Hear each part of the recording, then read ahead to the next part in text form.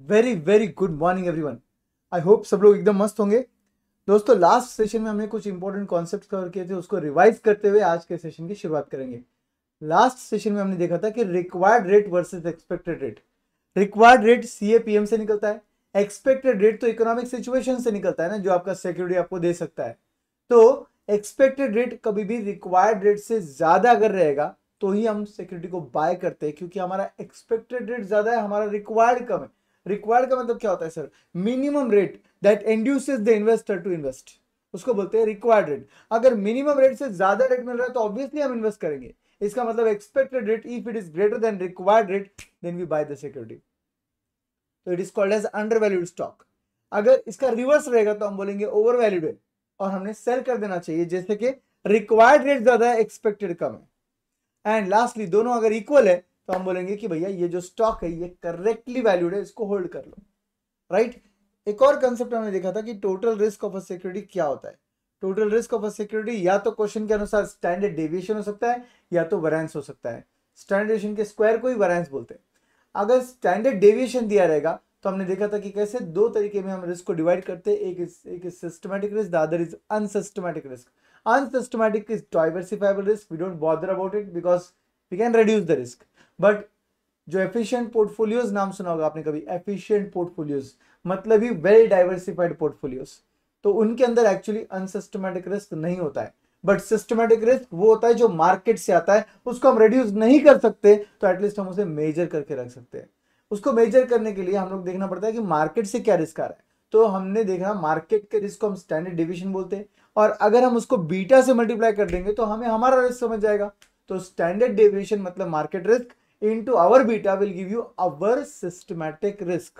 Okay, अब इस beta की जगह बीटा का फॉर्मूला पुट अप करके देख लो क्या होगा।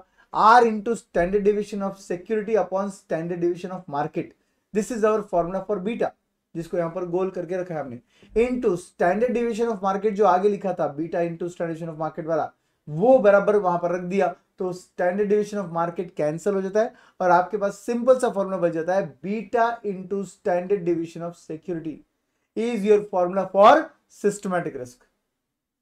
फिर उसके बाद हमने देखा कि अगर रिस्क स्टैंडर्ड डिविएशन नहीं है बट वेरिएंस है तो कुछ नहीं करने का, जो आपने अभी अभी लॉजिक बोला था उसको स्क्वायर कर देने का। बीटा का square into standard deviation of market will give you systematic risk and unsystematic risk. तो टोटल रिस्क में से अगर सिस्टमैटिक माइनस कर दोगे तो आ जाएगा। Correct.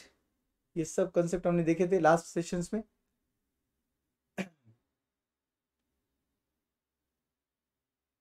Just give me 1 second.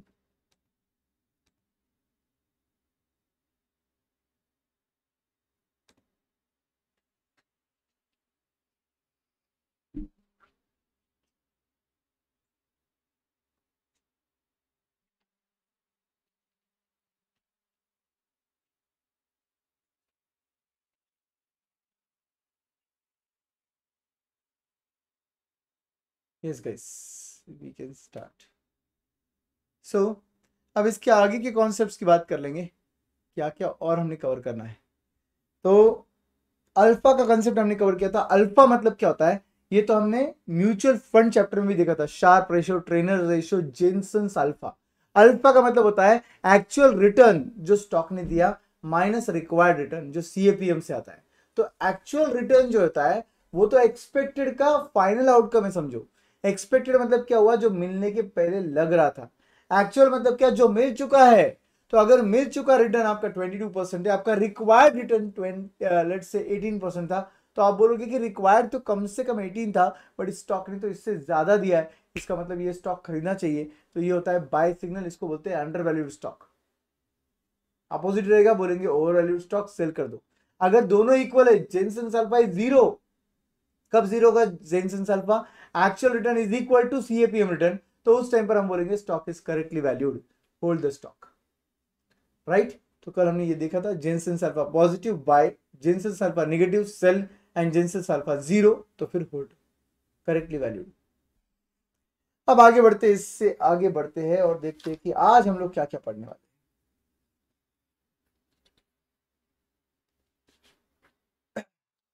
Late us all come to question number 14। आज हम लोग 14th क्वेश्चन पहले सॉल्व कर लेते हैं। क्वेश्चन नंबर 14 पे आ जाइए।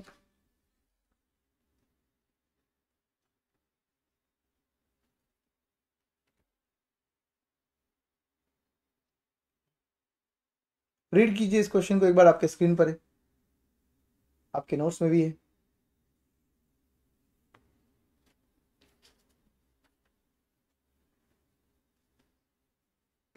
Return on JKG Limited's share has the standard deviation of 22%. मतलब रिस्क जो है वो स्टैंडर्ड डिवीजन में दिया है, as against the standard division of market 12%। Market का स्टैंडर्ड डिवीजन जो है वो 12% है। The correlation between the market and the stock is 0.7 which is called as beta, sorry R, R का वैल्यू है। Then compute the beta value, the systematic risk and the unsystematic risk of this share.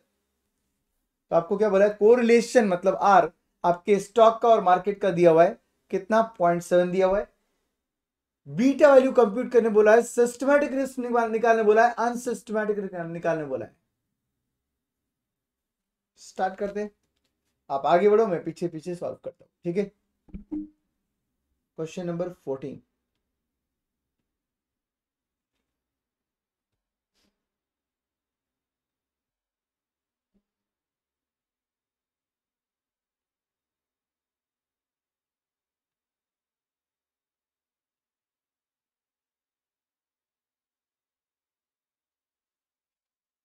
सबसे पहले क्या करेंगे, आपको beta निकालना है। Beta का फॉर्मूला याद है क्या आपको?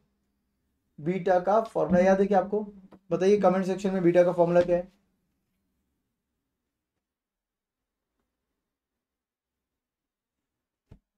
Beta is equal to,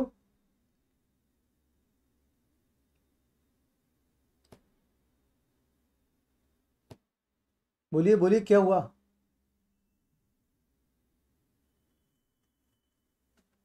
are into standard deviation of security divided by standard deviation of market. बिल्कुल सही है, एब्सोल्युटली करेक्ट। तो यहां पर आ गया आर इंटू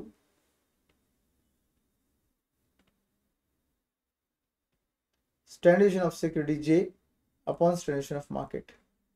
तो ये जो आर था ये मेरे ख्याल से 0.7 दिया हुआ है, इंटू 22 ये आपका स्टैंडर्डेशन है, एंड मार्केट का स्टैंडर्डेशन जो है वो 12 है, करेक्ट। तो जब ऐसा इंटू साइन रहता है तो आपको होल डिवाइडेड बाय लिख दो या इतना मल्टीप्लाई ये डिवाइड कर लो, कोई फर्क नहीं करता। आप 0.7 को भी आप ऐसे डिवाइडेड बाय ऐसे लिख सकते हैं, बिकॉज बीच में साइन प्लस नहीं है, इंटू है। तो आपका फाइनल आंसर कितना आता है? बीटा का आंसर आता है आपका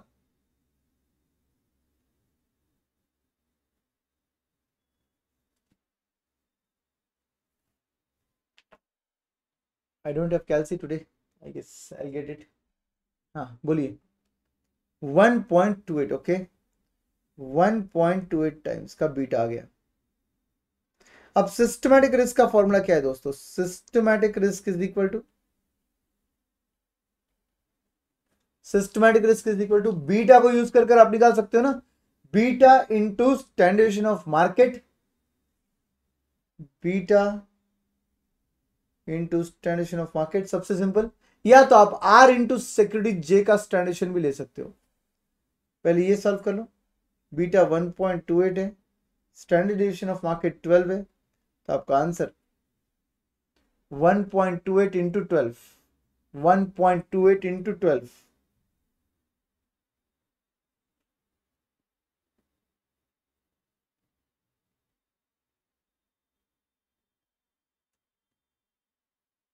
are into standard deviation of security J ऐसे भी लिख सकते हो आप, जिसमें 0.7 into standard deviation of security is 22, yes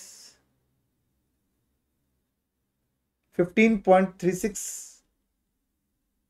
तो यहां पर भी आंसर 15.36 आता है क्या? चेक कर लो एक बार, 15.36 ही आंसर आता है क्या? चेक कर लो एक बार।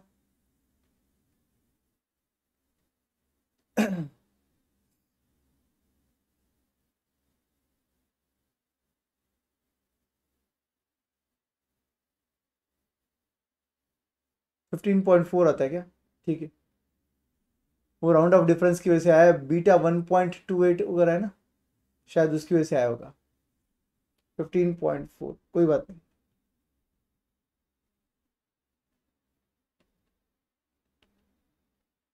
नाउ अनसिस्टमैटिक रिस्क का फॉर्मूला क्या है?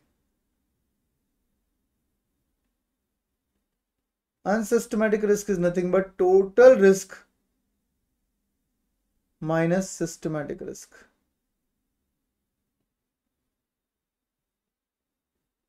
Will give you unsystematic risk. What is your total risk in a security?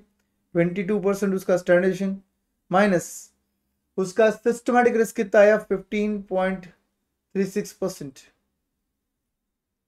Therefore unsystematic risk का परसेंटेज कितना रहेगा? अनसिस्टमैटिक रिस्क का परसेंटेज आएगा 6.64. Yes, very good. तो ये 3 बातें निकालने बोली थी हमको और हमने वो तीनों बातें निकाल ली है. कंप्यूटेशन ऑफ बीटा बोला, सिस्टमैटिक रिस्क बोला और अनसिस्टमैटिक रिस्क बोला हमको, राइट?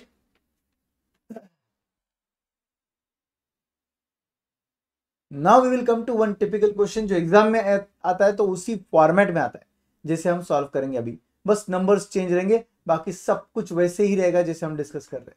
वो होता है कि eliminating the securities from the portfolio. मतलब एक सपोज 6 सिक्योरिटीज है, तो ये पूछते 6 सिक्योरिटीज में से कि कौन से सिक्योरिटी को हम क्या कर सकते हैं, एलिमिनेट कर सकते हैं, और कौन से सिक्योरिटी को हम लोग रखना चाहिए. हमने किस सिक्योरिटी को एलिमिनेट कर देना चाहिए, मतलब बेच देना चाहिए, और किसको रखना चाहिए. कोई भी सिक्योरिटी को जब हम एक दूसरे के साथ कंपेयर करते हैं तो याद रखिए, या तो उसका रिस्क सेम होना चाहिए या तो उसका रिटर्न. अगर मान लीजिए 2 सिक्योरिटी आप कंपेयर कर रहे हो, दोनों का रिस्क सेम है, तो किसको सिलेक्ट करोगे? कौन सा डोमिनेटिंग पोजीशन में रहेगा? 2 सिक्योरिटी जिसको आप कंपेयर कर रहे हो, दोनों का रिस्क सेम है, आप किसको डोमिनेटिंग पोजीशन में रखोगे? किसको आप ज्यादा वेटेज दोगे और बोलोगे ये बढ़िया है, ये रखना है, इसको नहीं निकालना है? हायर रिटर्न्स, ऑब्वियसली, बिल्कुल सही है. अगर 2 सिक्योरिटीज है जिनके रिटर्न्स सेम है, तो आप किस सिक्योरिटी को डोमिनेंट पोजीशन में रखोगे? किसको बोलोगे आप बढ़िया सिक्योरिटी है? 2 सिक्योरिटीज है, दोनों का रिटर्न सेम है, जिसका रिस्क लेसर है. बिल्कुल सही है. 2 सिक्योरिटी, दोनों का रिटर्न सेम है, तो किसको सिलेक्ट करेंगे भैया? जिसका रिस्क कम रहेगा उसको ही सिलेक्ट करेंगे ना. यस, उसी बेसिस पर, सिंपल क्राइटेरिया के बेसिस पर, जो आपको ऑलरेडी आता है, अभी अभी हमने डिस्कस किया, उसी के बेसिस पर हमें अगला क्वेश्चन टैकल करना है. ठीक है, तो come to question number 15.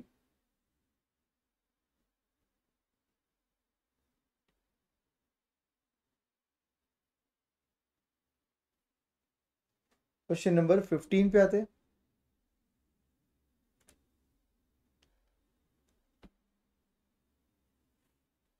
Following is the data regarding 6 securities U, V, W, X, Y, Z. Returns हर एक के दिए, रिस्क भी दिया, मतलब स्टैंडर्डेशन दिया है. Which of the 3 securities will be selected, मतलब कौन से 3 सिक्योरिटीज सिलेक्ट करना है डोमिनेटिंग पोजीशन में, और कौन से रिजेक्ट कर देना, एलिमिनेट कर देना है. ठीक है. assuming perfect correlation, analyze whether it is preferable to invest 80% in security U and 20% in security W, or to invest 100% in Y. तो ये तो अलग ही कंसेप्ट है. पहले फर्स्ट कंसेप्ट को देख लेते हैं कि कौन से 3 सिक्योरिटी को हमने सिलेक्ट करना चाहिए, मतलब इन 6 में से कौन से 3 निकालना चाहिए, और बचे कौन से 3 सिलेक्ट हो जाएंगे. आप सोचिए कौन से 3 सिक्योरिटी को हमने सिलेक्ट करना चाहिए. तो जरा अच्छे से अगर आप देखोगे तो आपको नजर आएगा कि ये जो U है इसका रिटर्न 10 है, इसका भी रिटर्न 10 है V का. तो चलो इसको कंपेयर कर सकते हैं. फिर उसके बाद 2 में से कोई एक एलिमिनेट हो सकता है. फिर आप देखोगे तो इसका भी रिटर्न 10 है, इसको भी हम कंपेयर कर सकते हैं. फिर इस U के अंदर 5% का रिस्क है, स्टैंडर्डेशन, और ये X के अंदर भी 5% का ही स्टैंडर्डेशन है. हम इसको भी कंसिडर कर सकते हैं एक साथ सिलेक्शन के लिए. करेक्ट.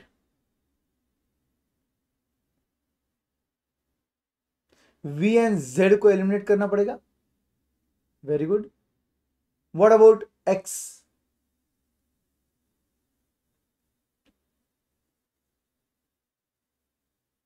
V एंड Z को एलिमिनेट करना पड़ेगा बिकॉज उनका रिस्क ज्यादा है. जबकि रिटर्न तो 10% ही है। बिल्कुल सही बोल रहे हैं आप। अब बताओ एक्स के हद तक क्या होगा।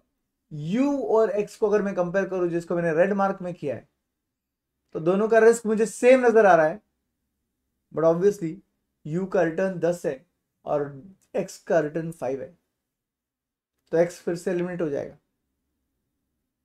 तो एलिमिनेट कितने हो गए? 3। रखे कितने जाएंगे? बचे हुए 3। ऐसे टिपिकल क्वेश्चन रहते ही है। चलो लिखते हैं, इसको सॉल्व करते हैं अच्छे से।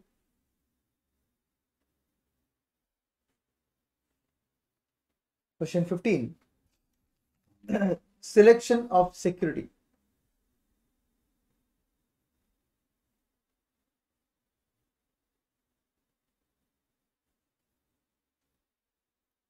तो यहां पर आएगा सिक्योरिटी, यह आएगा रिटर्न, यह आएगा रिस्क, यहां पर हम बोलेंगे डोमिनेंस, और फिर सिक्योरिटी एलिमिनेट कौन सा होगा? Security elimination.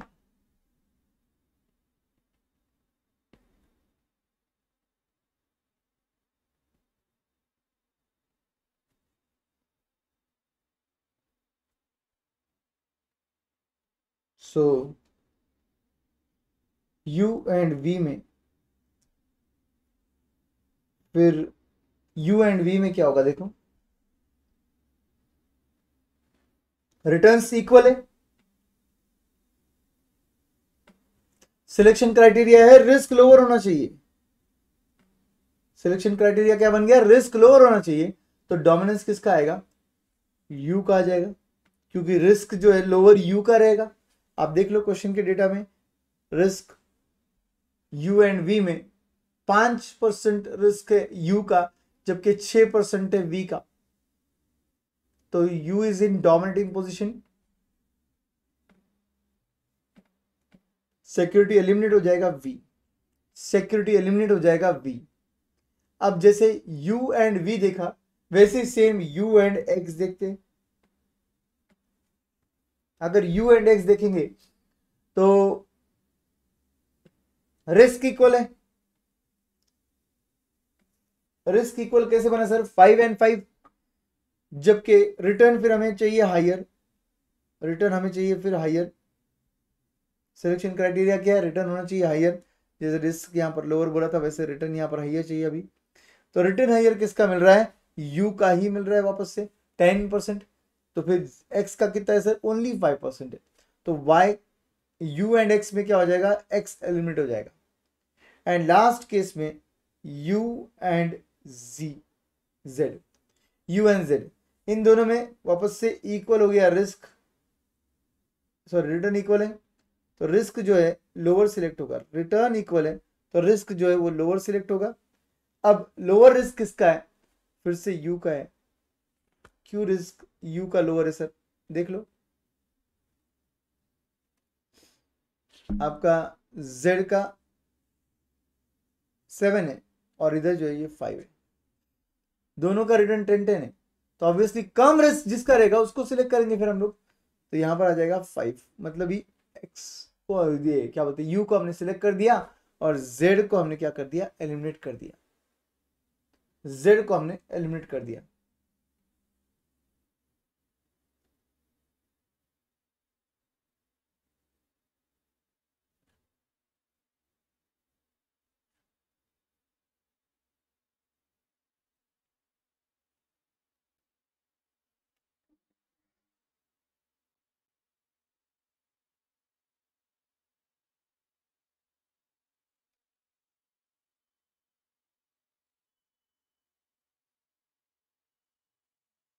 नाउ इसके बाद क्या करेंगे? हम थोड़ा एक्सप्लेनेशन लिख देते हैं इसका कि कौन सा सिक्योरिटी सिलेक्ट हो जाएगा। फिर सिलेक्ट कौन सा होगा बच्चा लोग? सिलेक्ट कौन सा होगा? यू को तो तुमने डोमिनेटिंग पोजीशन में रख दिया, मतलब वो तो सिलेक्टेड ही है। और बचे दो सिक्योरिटीज ना, उनको कंपैरिजन किए बगैर ही उसको सिलेक्शन हो रहा है। कौन से दो सिक्योरिटीज है जिनका कंपैरिजन के बगैर उनका सिलेक्शन हो रहा है? W and Y, W and Y.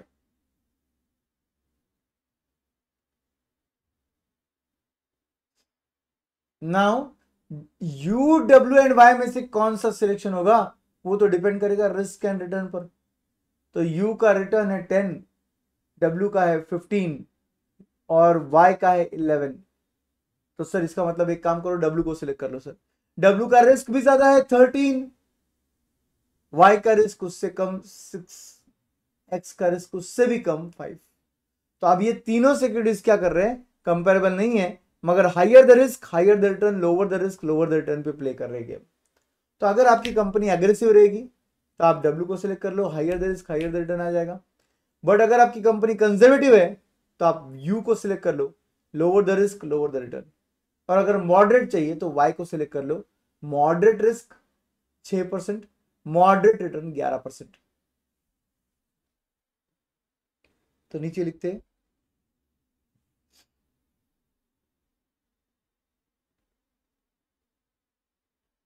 the securities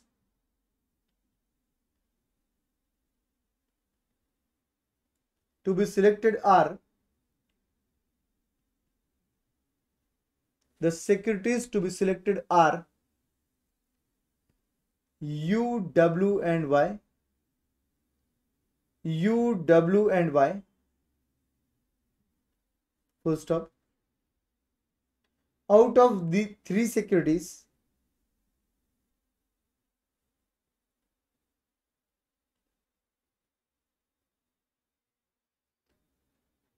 comma, the security that ultimately will be selected depends upon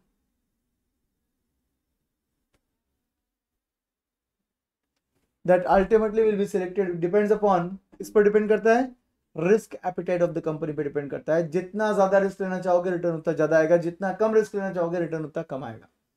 so it depends upon the attitude of the company towards risk.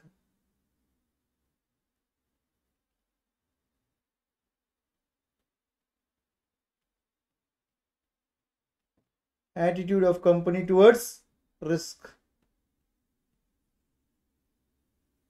अगर aggressive approach है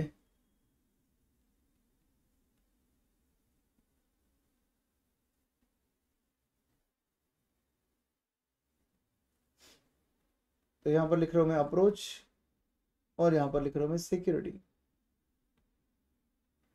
अगर aggressive approach है तो कौन सा security, moderate approach रहेगा तो कौन सा, और कंजर्वेटिव रहेगा तो कौन सा।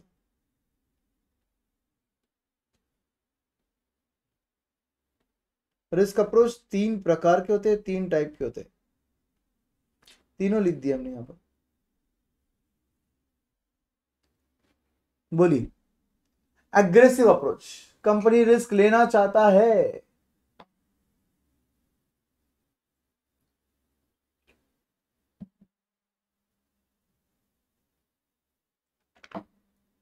एग्जैक्टली डब्ल्यू सिलेक्ट होगा क्योंकि उसका रिस्क सबसे ज्यादा है, रिटर्न भी सबसे ज्यादा है। अगर मॉडरेट है तो, अगर मॉडरेट रहेगा तो सिक्योरिटी वाई सिलेक्ट होगा। यस, बिकॉज इसमें रिस्क यू से ज्यादा मगर डब्ल्यू से कम है, और रिटर्न्स भी यू से ज्यादा और डब्ल्यू से कम है। लास्टली आएगा यू, कंजर्वेटिव है तो यू सिलेक्ट कर लो सिक्योरिटी को।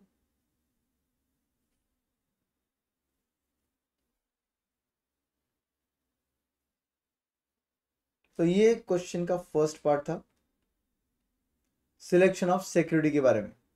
अब क्वेश्चन के पार्ट 2 पर चलते हैं। क्वेश्चन का पार्ट 2 जो है वो बोलता है, ये हो गया लिखकर सबका,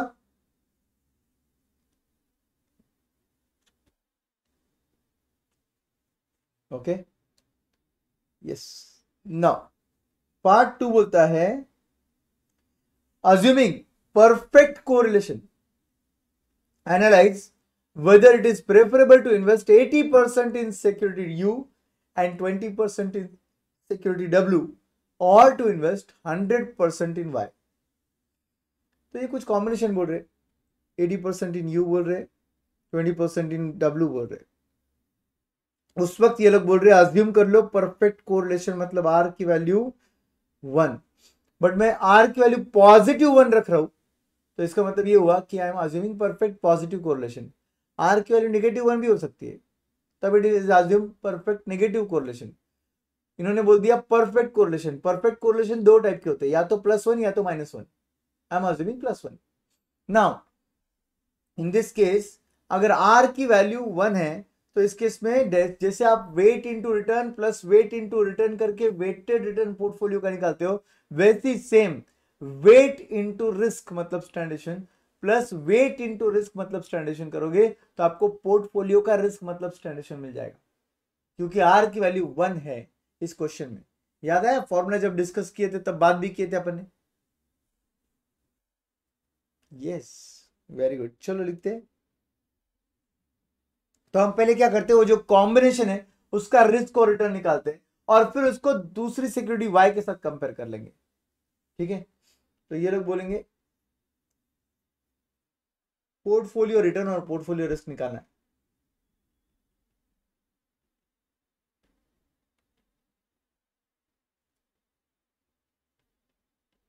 portfolio return is equal to weight of U into return of you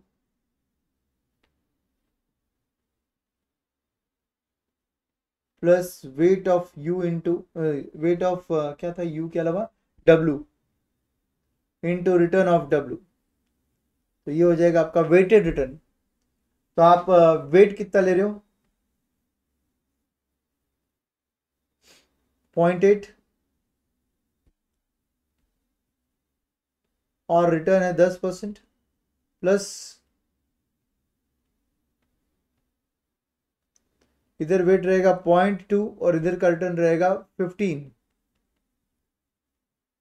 तो आपका पोर्टफोलियो का रिटर्न कितना आता है,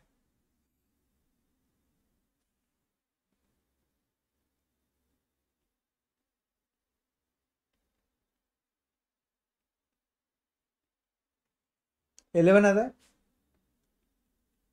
11%। आप पोर्टफोलियो का रिटर्न भी उसी सेम तरीके से निकाल लेंगे because R is equal to 1। यहां पर ऊपर लिख दो since R is equal to 1, portfolio risk is equal to weight of U into standard deviation of U plus weight of W into standard deviation of W. 0.8 into कितना,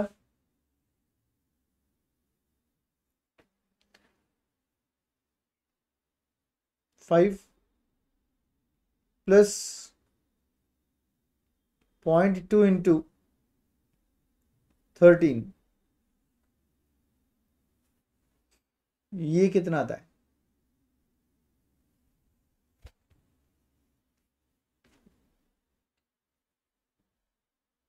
6.6,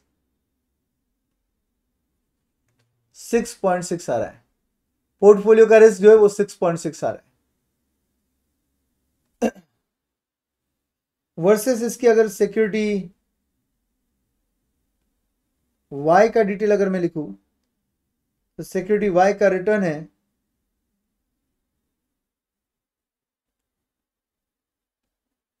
कितना,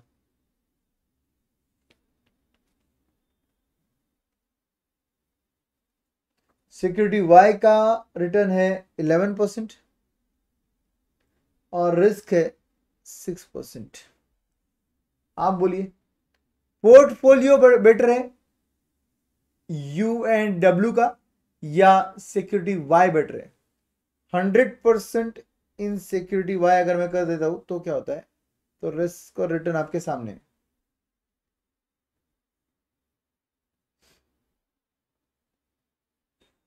क्या better रहेगा, yes Y better रहेगा। Y, Y is better, Y is better because, बोलिए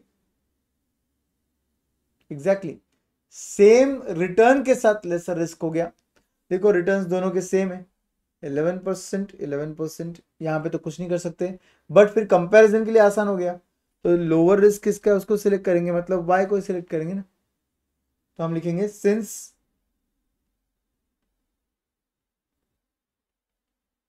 portfolio of U and W has same returns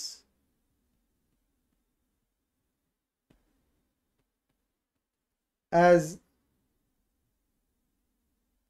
security Y, comma, we will select on the basis of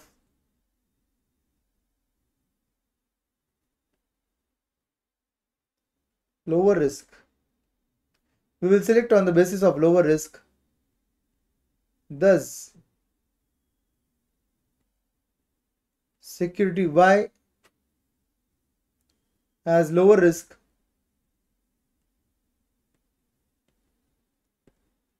hence it is advisable to invest 100% in security Y. It is advisable to invest 100% in security Y.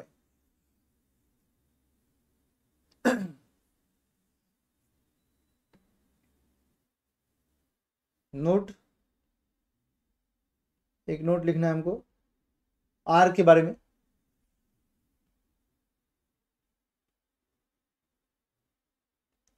Perfect correlation, that is R, is assumed to be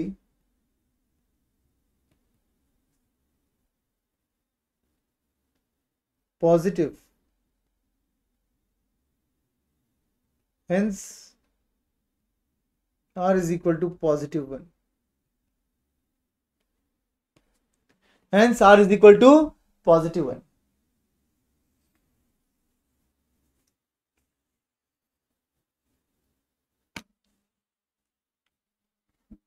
यहां तक का done है. कोई भी problem, कोई भी doubt रहेगा तो पूछिए इस टाइप के क्वेश्चन में.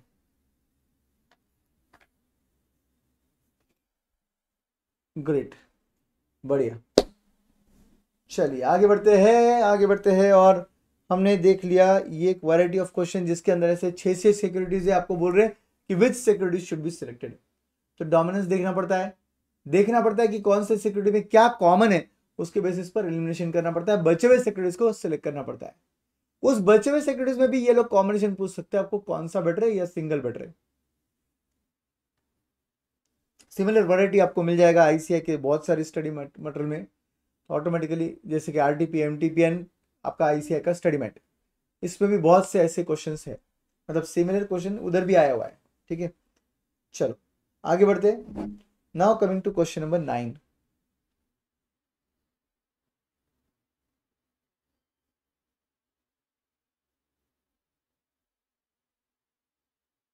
यस, 1 से 15 में अब सिर्फ 9 बचा था, तो हम 9 सॉल्व कर रहे हैं. Question number 9, what it says, the risk free rate of interest is 4%. The market risk premium is 8.6%. The market risk premium is 8.6% and the beta of security is 1.3. What is the expected return of the security under CAPM? अब देखो वापस से interchangeable word use कर लिया, गलत word use कर लिया. Required return बोलना चाहिए भैया. खुद ही बोलते एक्सपेक्टेड, खुद ही बोलते रिक्वायर्ड. फिर तो ये लोगों ने एक्सपेक्टेड वर्ड यूज किया है. सीएपीएम रिटर्न कभी भी एक्सपेक्टेड नहीं होता, रिक्वायर्ड होता है. ये अपन ने अभी पढ़ा था लास्ट लेक्चर में. कोई बात नहीं. क्या आप निकाल सकते हो सीएपीएम का return? Solve this question. CAPM का रिटर्न निकाल लो. फर्स्ट पार्ट वाला पार्ट सॉल्व करना है आपको.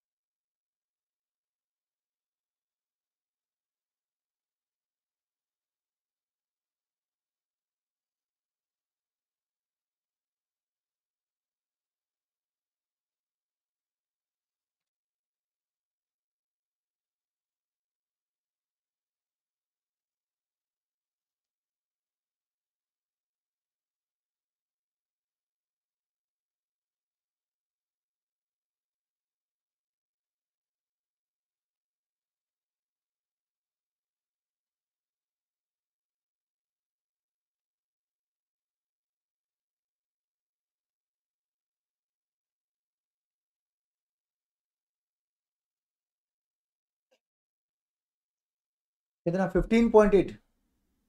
अच्छा, कितना लिया आपने आरएफ बताते हो कमेंट सेक्शन में। 4 प्लस बीटा कितना लिया 1.3। आरएफ कितना लिया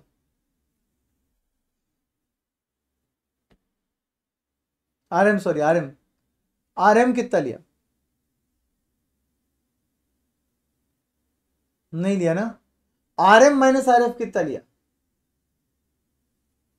यस रिस्क प्रीमियम दिया हुआ है very good. RM minus RF कितना लिया फिर 8.6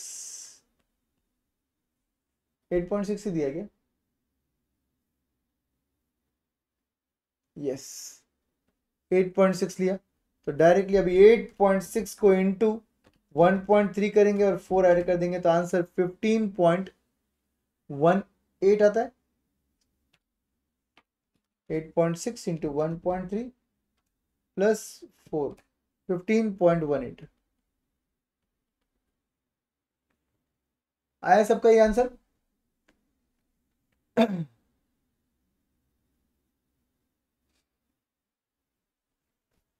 नाउ फर्स्ट पार्ट तो डन है। Now they are saying what would be the expected return if the beta were to double। कुछ नहीं करना है बीटा were to double मतलब बीटा कितना लेना है 1.3 की जगह 2.6 लेना है। सेम सॉल्यूशन हो जाएगा बीटा were to double है तो ये फर्स्ट पार्ट बुला लेंगे इसको हम लोग। अब ये सेकंड पार्ट में अपन बोलेंगे if beta is equal to 2.6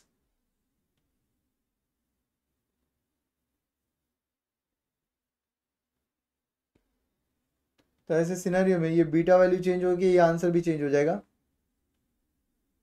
2.6 so 8.6 into 2.6 plus 4 26.36% 26.36% is your answer 26.36% is your answer। आया क्या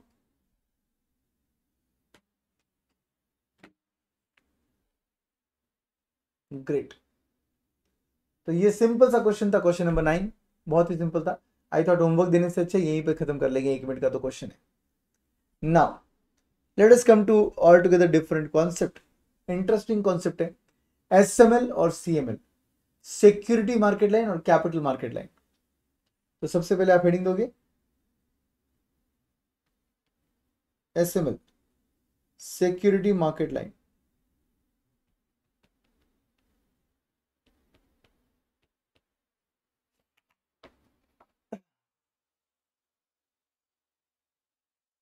तो यहां पर पहले मैं एक डायग्राम ड्रॉ करना चाहूंगा उसके बाद आपको एक्सप्लेन करना चाहूंगा कि क्या होता है ये।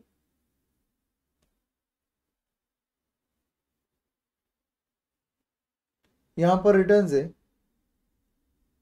और यहां पर रिस्क बट कौन सा रिस्क सिस्टमैटिक रिस्क मतलब बीटा वैल्यू है मार्केट रिस्क बोलो उसको बीटा वैल्यू है ठीक है। बीटा वैल्यू कुछ भी हो इतना रिटर्न तो आपको मिलने ही वाला है।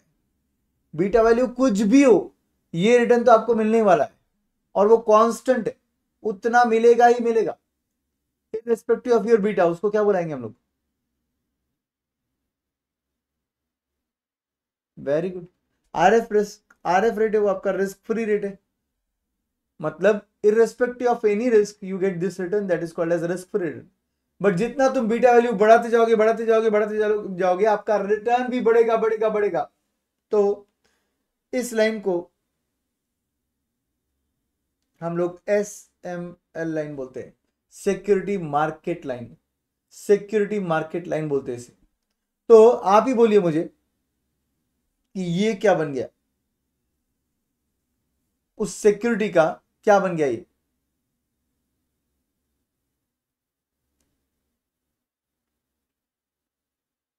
ये आरएफ के ऊपर वाला पोर्शन ऑब्वियसली दिखा रहा है रिस्क प्रीमियम एब्सोल्युटली करेक्ट। तो ये दिखा रहा है आपको उस सिक्योरिटी का रिस्क प्रीमियम।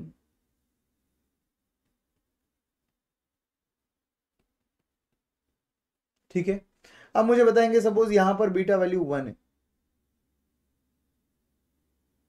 ठीक है, तो ये क्या है, ये रिटर्न कितने है, बीटा वैल्यू 1 पर ये रिटर्न कितना है,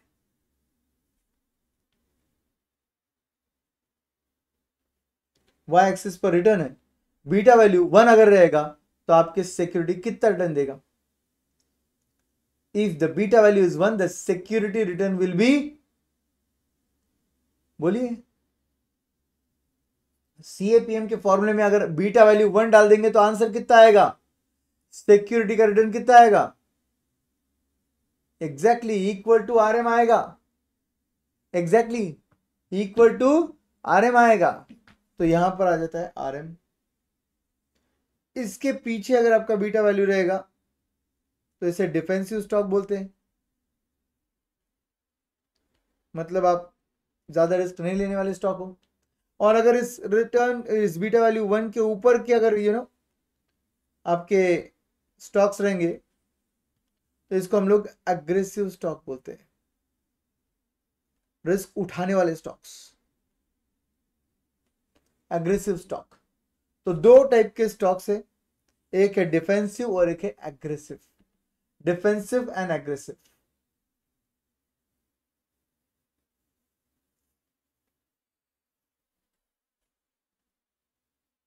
जितना बीटा वैल्यू बढ़ेगा आपका रिटर्न उतना बढ़ेगा, इसलिए एसएमएल का स्लोप ऐसा आ रहा है। अगर मुझे एक बात बोलिए, ये स्लोप के वर्सेस एक ऐसा डायग्राम है जिसका स्लोप ऐसा है,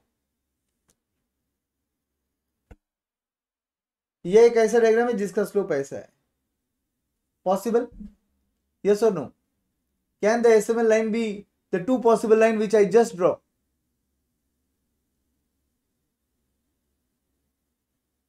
क्या ये लाइन के जगह नीचे वाला लाइन भी पॉसिबल है, ये लाइन भूल जाओ, फिर क्या नीचे वाला लाइन भी पॉसिबल है, यस पॉसिबल है, ऊपर वाला लाइन पॉसिबल है, यस पॉसिबल है। ये क्या दिखा रहा है, पर यूनिट ऑफ रिस्क ज्यादा रिटर्न नहीं मिल रहा है, बट वहां क्या दिख रहा है, पर यूनिट ऑफ रिस्क ज्यादा रिटर्न दिख रहा है, तो स्लोप ऑफ एसएमएल बोलते हैं, स्लोप ऑफ एसएमएल, आपका सिक्योरिटी मार्केट लाइन का स्लोप कैसा है, that is called as slope of SML.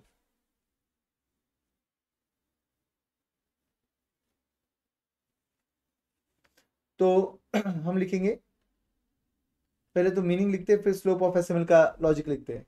Diagram draw किया आपने,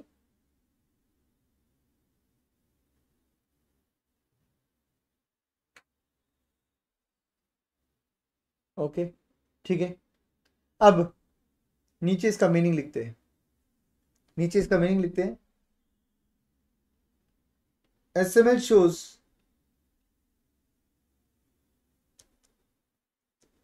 linear relationship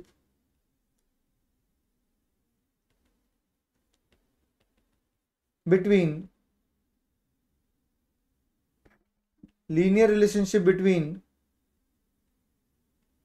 expected return and systematic risk, मतलब beta, linear relationship between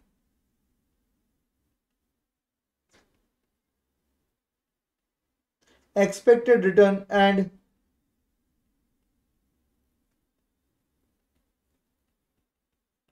systematic risk of all portfolios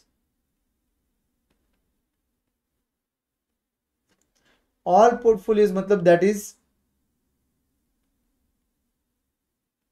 efficient as well as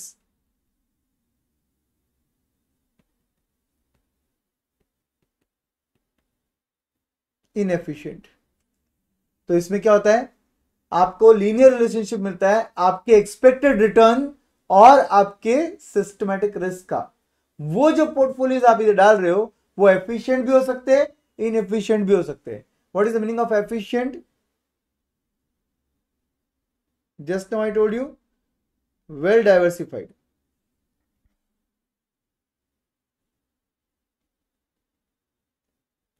And what is the meaning of inefficient?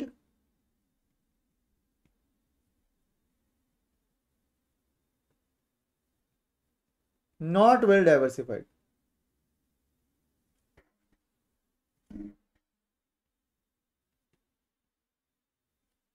तो तो जो security जो portfolio well diversified होते हैं उसके अंदर आपका अनसिस्टमैटिक रिस्क जीरो होता है, और यहां पे अनसिस्टमैटिक रिस्क प्रेजेंट होता है. SMS shows linear relationship between expected return and systematic risk of all type of portfolios, may it be efficient as well as inefficient.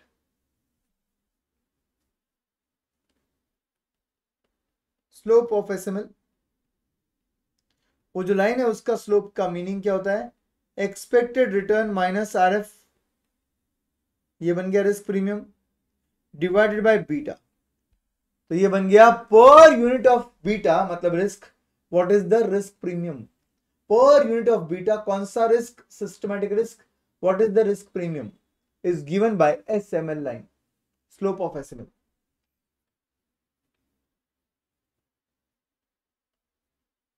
Slope of SML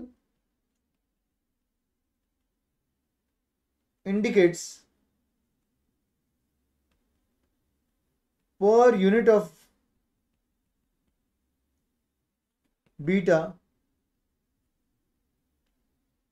what is the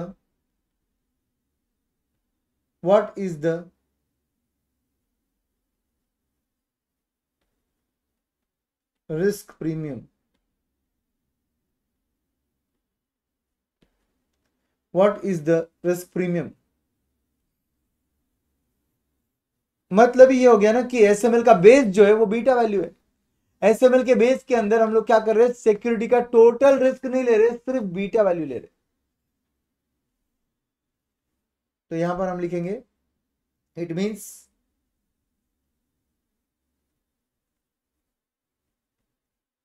SML uses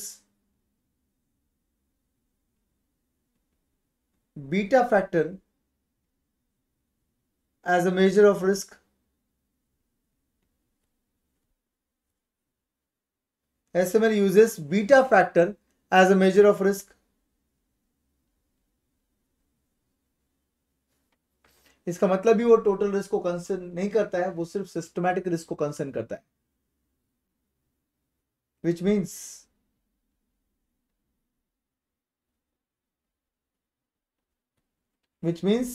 it is concerned with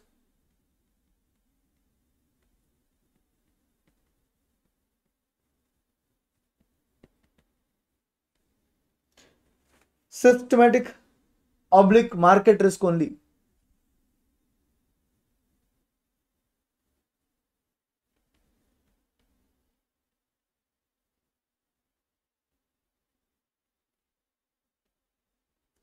It is concerned with systematic, that is market risk only.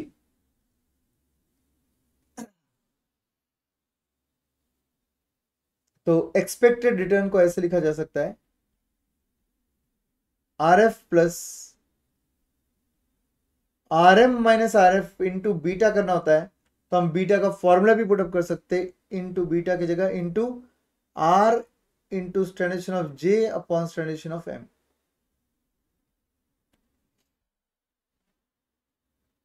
Which is nothing but beta.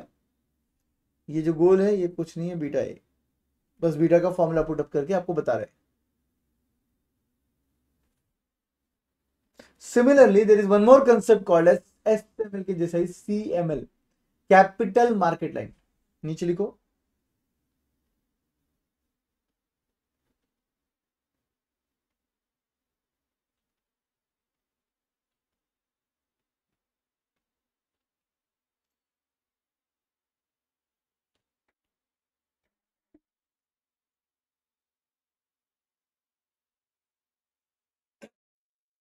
Capital market line कैसे draw होता है.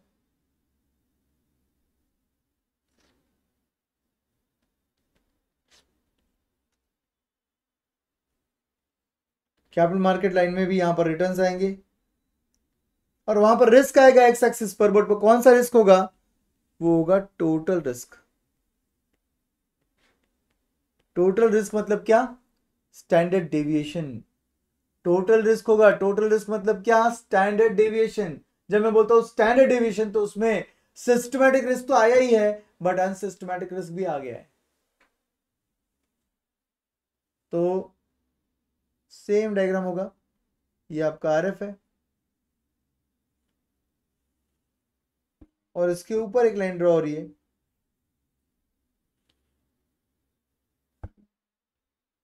जिसको हम लोग बुलाएंगे CML का लाइन।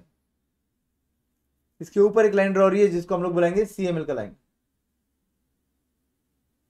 Higher the risk higher the return, lower the risk lower the return. इधर ड्रॉ कर लो पहले डायग्राम। हो गया ड्रॉ?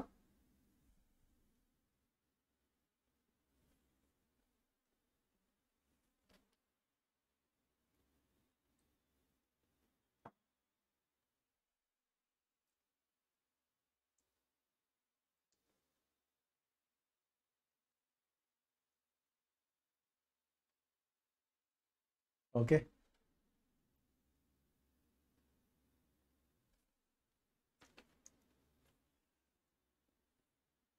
इधर भी ऐसा होगा कि स्लोप ऑफ CML आएगा। Can you tell me the formula for slope of CML?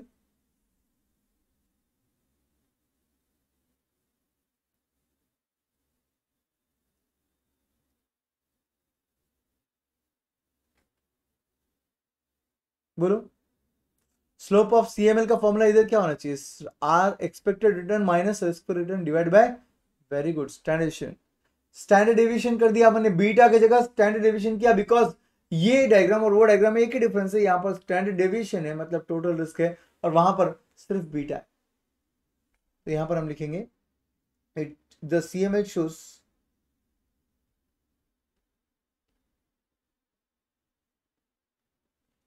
shows linear relationship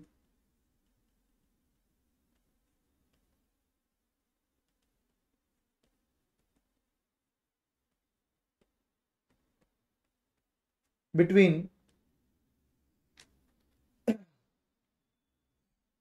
your expected return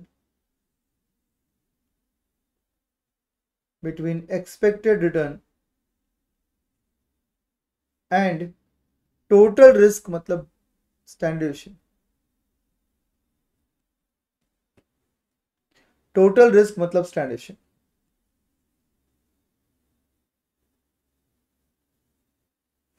Here the portfolio are assumed as efficient portfolios.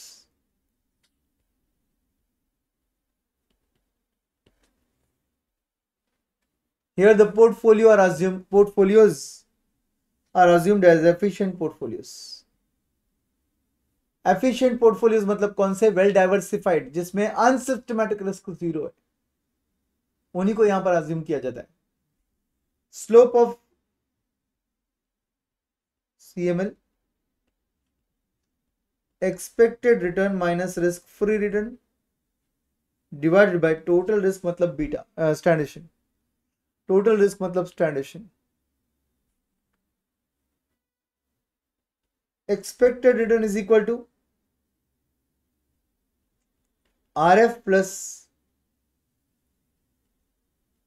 RM minus RF into standard deviation of portfolio divided by standard deviation of market. Standard deviation of portfolio divide by standard deviation of market. मतलब क्योंकि अपन ने यहाँ पर beta नहीं लिया, अपन ने यहाँ पर स्टैंडर्ड डेविएशन को बेस पकड़ा है, इसलिए ये फॉर्मूला बनता है।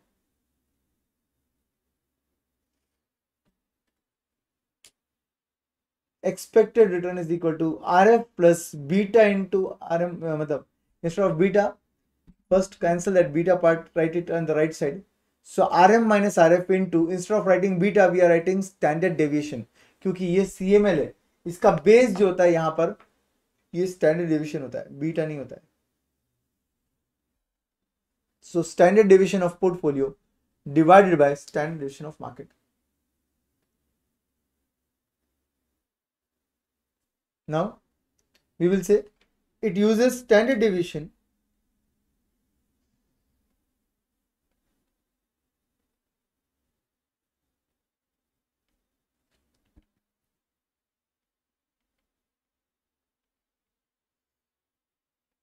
as measure of risk. It uses standard deviation as measure of risk. It means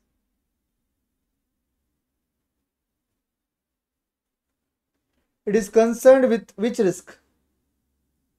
Total risk, unsystematic risk, or systematic risk? Yes, it is concerned with total risk. It means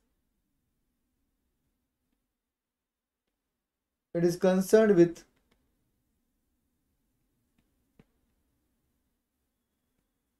systematic as well as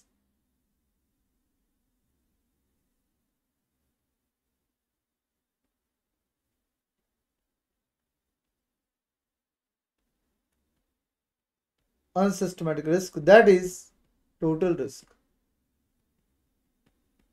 into bracket standard deviation. But आप मुझे क्या बोलो, ऊपर क्या लिखा हुआ है? Portfolios are assumed to be efficient portfolios बोला है. Portfolios are assumed to be efficient portfolios बोला है उन्होंने, बराबर. नीचे लिखेंगे but since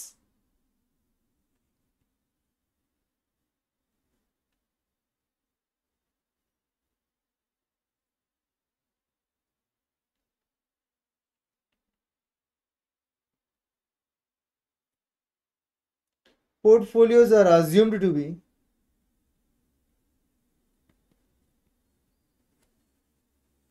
efficient, that is well diversified,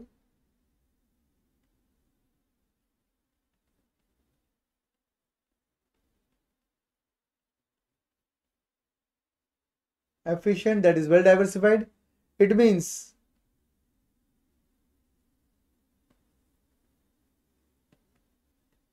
there is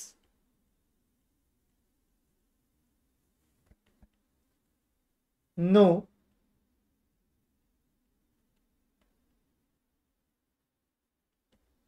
unsystematic risk. There is no unsystematic risk.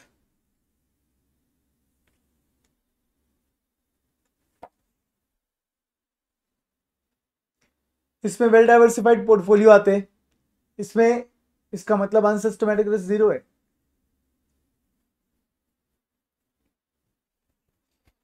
Question 17 पे आते हैं. एक बार ये लिखकर हो गया रहेगा तो क्वेश्चन नंबर 17 पे आ जाओ.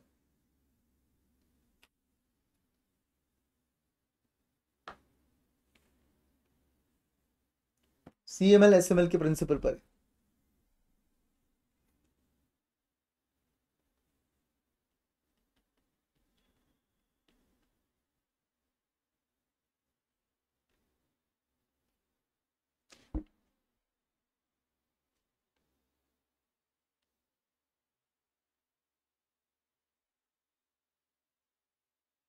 Question number 17. Read the question. क्या बोला है क्वेश्चन में? Consider the following information and compute the expected return on the stock adopting the principle underline under CML under SML. आपके पास रिस्क फ्री रिटर्न दिया हुआ है, एक्सपेक्टेड रिटर्न फ्रॉम मार्केट दिया हुआ है, स्टैंडर्ड डेविएशन ऑफ सिक्योरिटी जे दिया हुआ है, स्टैंडर्ड डेविएशन ऑफ मार्केट दिया है, and correlation between the security and market बोला हुआ है. निकाल लो आपका आंसर. आपको एक्सपेक्टेड रिटर्न निकालना है दोनों में, सीएमएल में भी और एसएमएल में भी. क्या निकालना है? Expected return on stock. Start.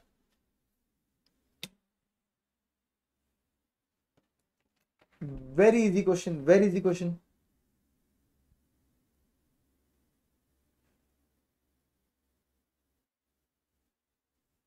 Solve कर लो अच्छे से.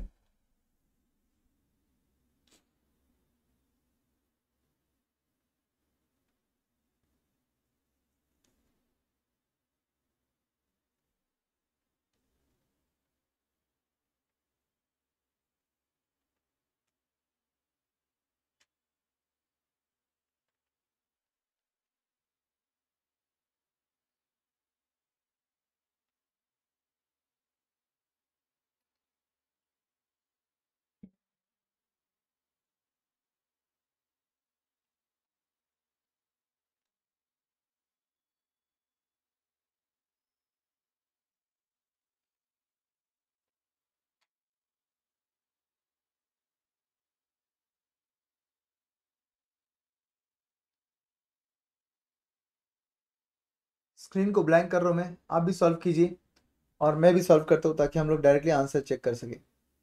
आपको निकालना है expected return under CML as well as SML।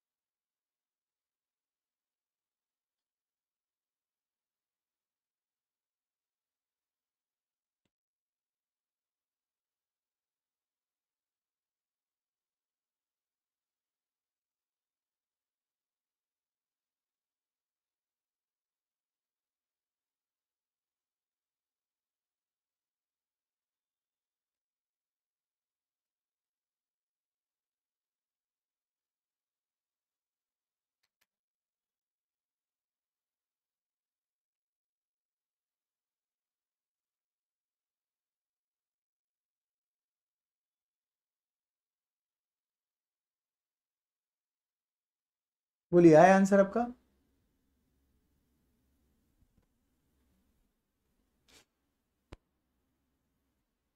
बताइए कितना आया।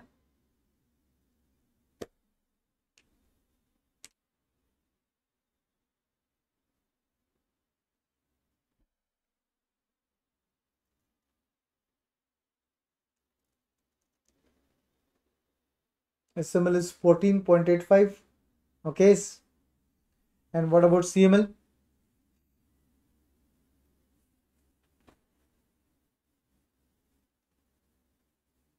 $18.29. ओके, 295। चेक करते हैं, ये रहा आपका आंसर। अंडर CML अगर आप देखोगे तो 6 का आपका RF है, इन प्लस RM आपका 16 है, -6 करोगे इनटू पोर्टफोलियो का स्टैंडर्डेशन 2.15 और मार्केट का स्टैंडर्डेशन 1.75 है। तो इसको अगर आप सॉल्व कर लोगे तो आपका आंसर आ जाएगा फॉर CML। आपका CML का आंसर कितना आएगा? 18.29%। जबकि आपका SML अगर हम सॉल्व करेंगे तो 6 + 16 - 6 इंटू 2.15 डिवाइड बाई 1.75, जितना आंसर आया था पूरा सेम, सिर्फ इस पार्ट के आगे 0.72 है, 0.72 है। तो इसलिए इसका आंसर जो है ये 14.85 आता है।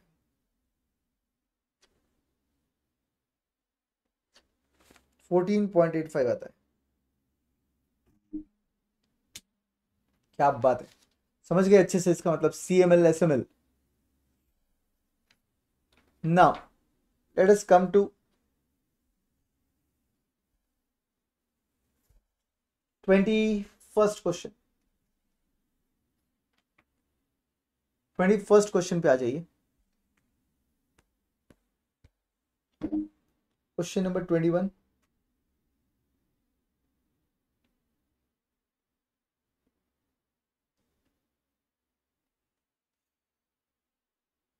क्या बोलता है 21?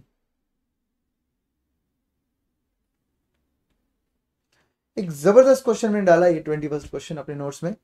ये नोट्स का क्वेश्चन डालने का लॉजिक है कि बहुत से सिमिलर साउंडिंग कॉन्सेप्ट है आपके सिलेबस में, पोर्टफोलियो में बोलो या बाकी जगह भी बोलो, तो ये एक मास्टर क्वेश्चन है कि भैया जहां पे कंफ्यूजन होता है तो इसको रेफर कर सकते हैं आप। तो इसको आप LDR मार्क कर सकते हो आप। आई एम नॉट एक्सपेक्टिंग कि सेम क्वेश्चन एग्जाम में आएगा, बट इसके कॉन्सेप्ट एग्जाम में काम में आ सकते हैं, क्योंकि यहां पर कवर किया है मैंने स्टैंडर्ड डेविएशन, यहां पर कवर किया है रिटर्न, और यहां पर कवर किया है कोएफिशिएंट ऑफ कोरिलेशन मतलब R, यहां पर कवर किया है मैंने कोवैरियंस, और यहीं पर एक सिमिलर वर्ड है, वो है coefficient of variance, variation, coefficient of variation, वो भी कवर किया है, जिसको हम सीवी बोलते हैं। कोएफिशिएंट ऑफ वेरिएशन जिसको हम सीवी बोलते हैं, वो भी यहां पर कवर किया है। आपको याद होगा सिलेबस में पहले मैंने एक जगह डिस्कस किया है, सीवी, कोएफिशिएंट ऑफ वेरिएशन, दो सिक्योरिटीज है, दोनों के आप स्टैंडर्ड डेविएशन इंडिविजुअल निकाल सकते हो, बट रिस्क कंपेयर करने के लिए आप ऐसा नहीं कर सकते कि जिसका स्टैंडर्ड डेविएशन कम उसका रिस्क कम, जिसका स्टैंडर्ड डेविएशन ज्यादा उसका रिस्क ज्यादा। नहीं, risk comparable on the basis of standard deviation नहीं होता है, ये अपन ने क्लास में बात किया था, अगर आपको याद होगा तो। रिस्क कंपेयर होता है सीवी से। सीवी क्या होता है? कोएफिशिएंट ऑफ वेरिएशन होता है। तो इसलिए मैंने क्या कर दिया, सिमिलर साउंड करने वाले कॉन्सेप्ट एक साथ रख दिए यहां पर, सीवी बोलते हैं आप इसको। देन कोवैरियंस साथ में कैसे वैरी होते हैं? कोरिलेशन, कोएफिशिएंट ऑफ कोरिलेशन जिसको हम लोग आर बुलाते हैं, फिर ये आपका स्टैंडर्ड डेविएशन है और ये आपका रिटर्न है। ठीक है, तो ये सब चीजें निकालनी है आपको, और आपके पास 3 इयर्स है। रिटर्न फ्रॉम ए दे रखा है और रिटर्न फ्रॉम बी दे रखा है। रिटर्न फ्रॉम ए दे रखा है, रिटर्न फ्रॉम बी दे रखा है, कोई प्रोबेबिलिटी नहीं दिया हुआ है, एकदम simple question. But concepts clear करने के लिए ये क्वेश्चन डाला है, क्योंकि सिमिलर साउंड वाले क्वेश्चंस कंफ्यूजन हो जाता है वर्डिंग्स में। चलो 21st क्वेश्चन सॉल्व करते हैं। सबसे पहले हम बोलेंगे year, return from A, return from B, जो क्वेश्चन में दे रखा है 1 2 3 टोटल। ठीक है,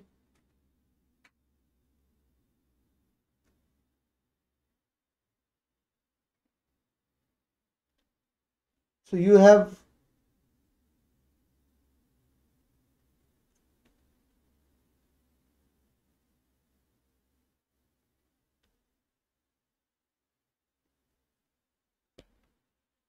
your return from A as कितना?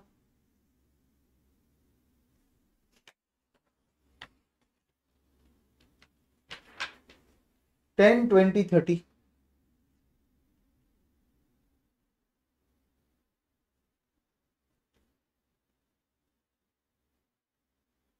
Return from B as 15 10 20।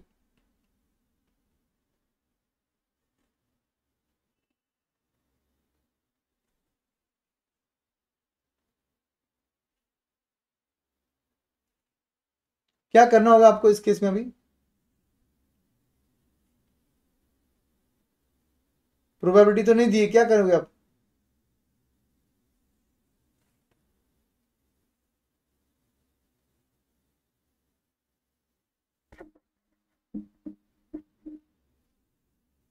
Probability तो दी नहीं है, क्या करोगे आप?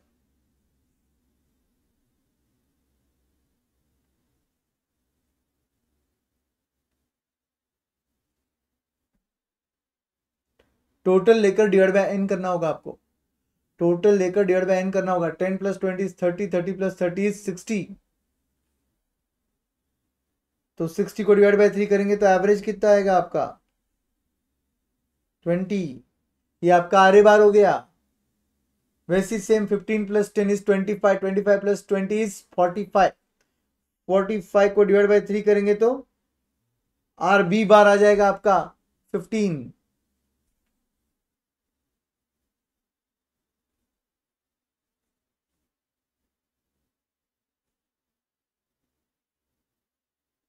यहां तक तो समझ गया। आर ए बार आ गया, आर बी बार आ गया। इन्होंने आपको बोला था एक्सपेक्टेड रिटर्न निकाल लो। ईच स्टॉक का अपन ने निकाल लिया, स्टॉक ए का भी निकाल लिया, स्टॉक बी का भी निकाल लिया। अब इन्होंने बोला स्टैंडर्ड डेविएशन भी निकालो, तो उसके लिए मुझे क्या करना पड़ेगा? R A minus R A bar, then ये पहले, क्योंकि कोवैरियंस भी निकालना है आपको इसलिए ये निकाल रहा हूं मैं। R B minus R B bar,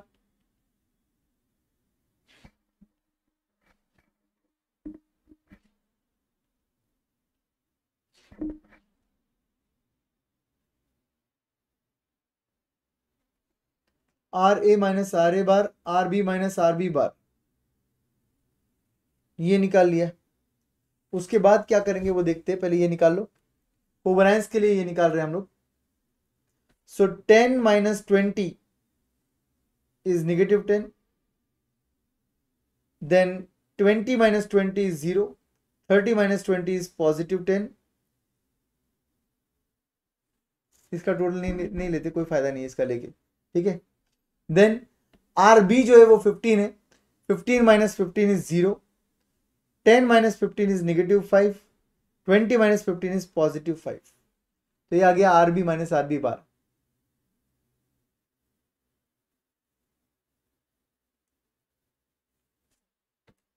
right everyone, पूरा कैलकुलेशन करेक्ट है क्या? राइट।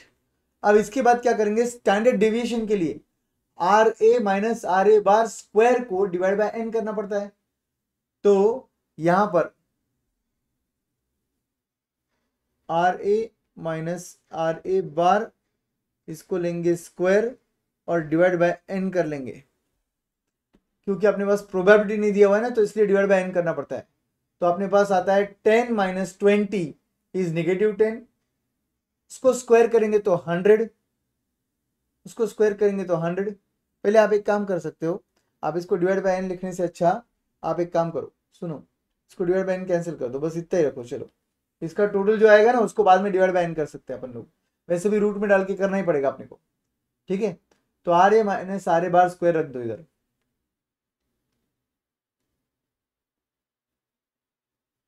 कितना आता है आपका आंसर? 100।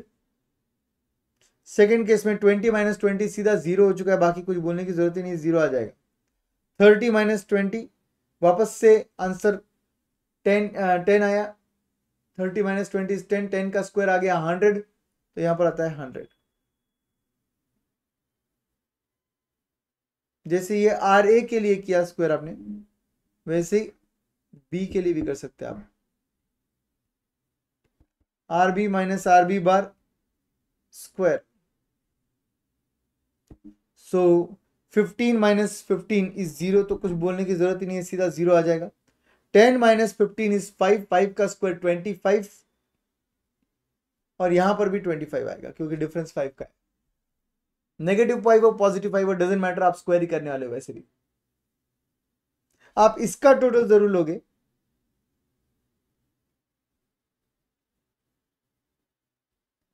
क्योंकि हम इससे स्टैंडर्ड डेविएशन निकालने वाले हैं। तो ये आ गया 200 और ये आ गया 50, आ गया 200 और ये आ गया 50। फिलहाल के लिए रहने दो, एक और कॉलम बनाना था हमको, बट जगह नहीं है यहाँ पर। अगर आपके पास जगह है तो आप बना दो, मैं नीचे बनाने वाला हूँ, क्योंकि मुझे कोवेरिएंस निकालना है। और कोवेरिएंस के लिए मैंने इनफैक्ट ये दो चीजें निकाली है, तो मुझे कोवेरिएंस निकालना है जिसके लिए मैंने ये दो चीजें निकाली है, ठीक है। तो सबसे लास्ट कॉलम जो आएगा वो R A minus R A bar into R B minus R B bar करेंगे हम लोग।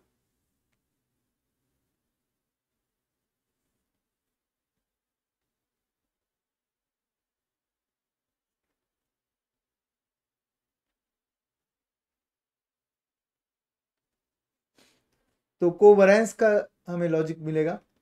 तो यहां पर -10 और 0 मल्टीप्लाई कर 0 आ जाएगा। ये भी 0 इंटू -5 करेंगे तो 0 आ जाएगा। एक लाइन नीचे ले लेते हैं इसको, और ये आ गया 10 इंटू 5 50। तो इन सब का टोटल भी कितना आ रहा है? 50 आ रहा है।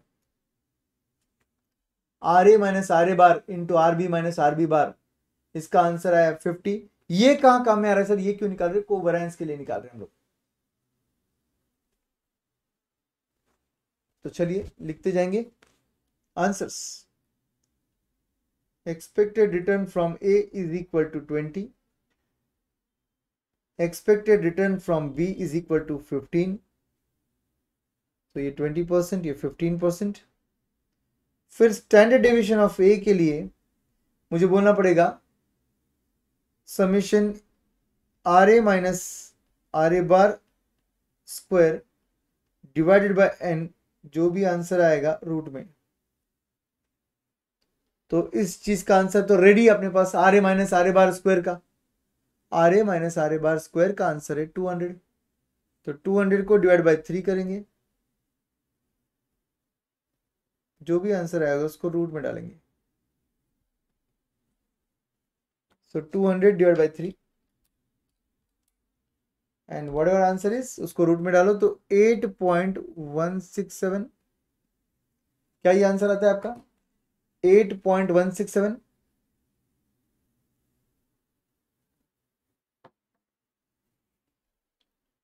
Standard division of security A.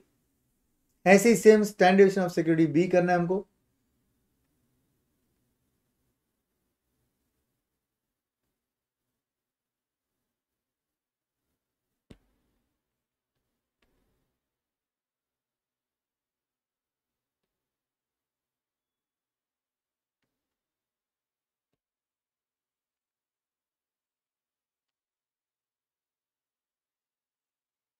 So it will be RB minus RB bar, standard of B के लिए summation RB minus RB bar whole square divide by n under root में।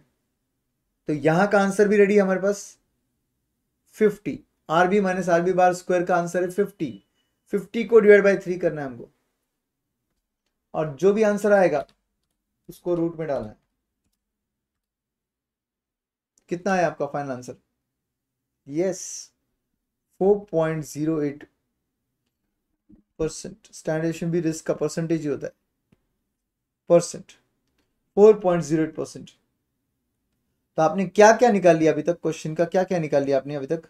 एक्सपेक्टेड रिटर्न निकाला है आपने, स्टैंडर्ड निकाला है। अब आप आर भी निकाल सकते हो, आप को वैरिएंस भी निकालोगे और सीवी भी निकालोगे।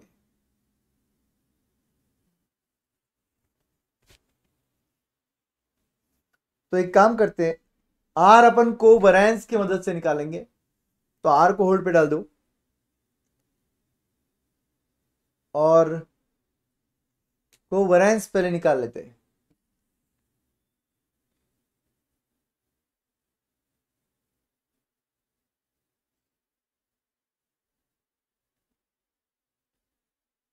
कोवरेंस, अगर आपको वर्ड याद होगा covariance, between A and B कर रहे हैं अपन लोग।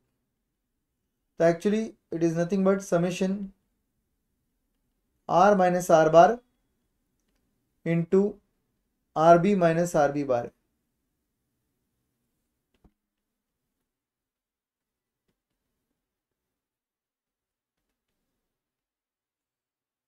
इसका आंसर अपने पास डिवाइड बाय n करना पड़ेगा, क्योंकि प्रोबेबिलिटी नहीं है अपने पास। तो इसका आंसर अपने पास रेडी है ऊपर के न्यूमरेटर का, ये वाला part. Summation R minus R bar into R B minus R B bar ready है, 50 का आंसर है। तो हम क्या करेंगे, 50 को डिवाइड बाय 3 कर देंगे। अगर मैं 50 को डिवाइड बाय 3 करता हूं तो आंसर 16.67 आता है। Correct, 16.67। This is your covariance. ये आपका कोवरेंस आ रहा है, सही है क्या दोस्तों? 16.67। अब एक बार कोवरेंस आ गया तो आप क्या कर सकते हो, कोवरेंस को यूज कर कर आप आर निकाल सकते हो। Correlation,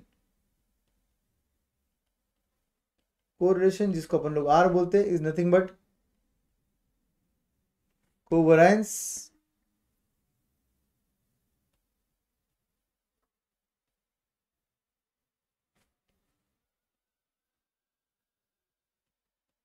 A B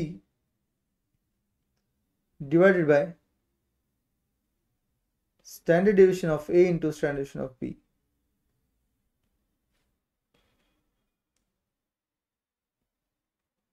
So it will be covariance मतलब 16.67 जो अभी निकाला अपन ने, divided by standard deviation of A अपन ने निकाला 8.167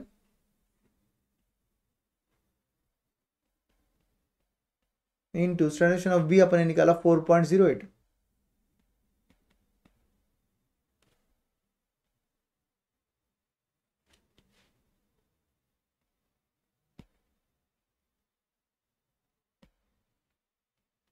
So what's our answer?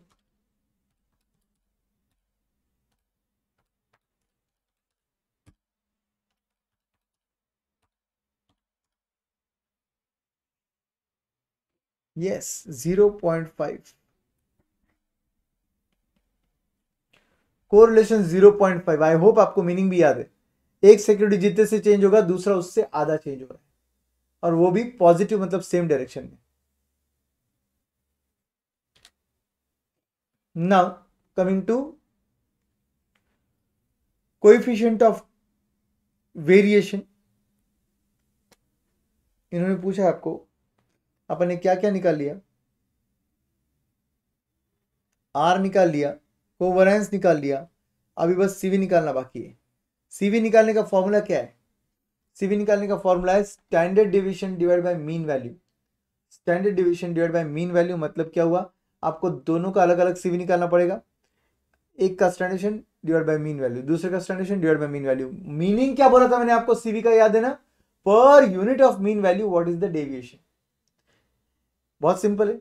Standard deviation मेरा कम है और अंबानी का ज्यादा है, इनकम का स्टैंडर्ड डेविएशन, क्योंकि मेरा मीन वैल्यू कम है इनकम का और उनका मीन वैल्यू ज्यादा है. इसका मतलब ये नहीं होता है कि उनका रिस्क ज्यादा है. Per unit of mean value what is the deviation. याद आया एक्सप्लेनेशन? क्लास में अपने डिस्कस किया था ये सेम एग्जांपल शायद. तो हम बोलेंगे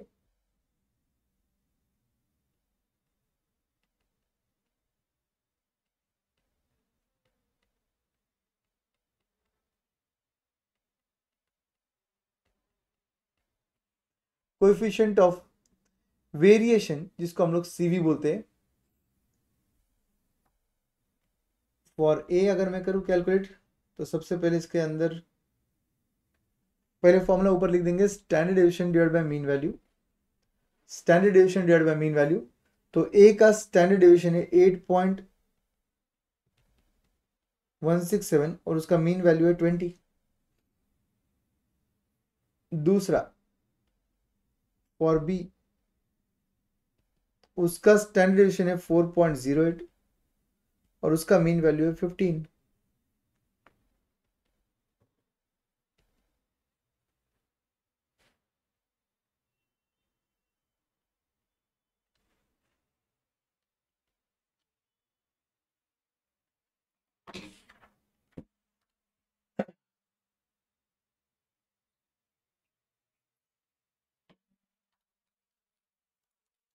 कितना आंसर आया? 0.41. बिल्कुल सही है. फॉर ए,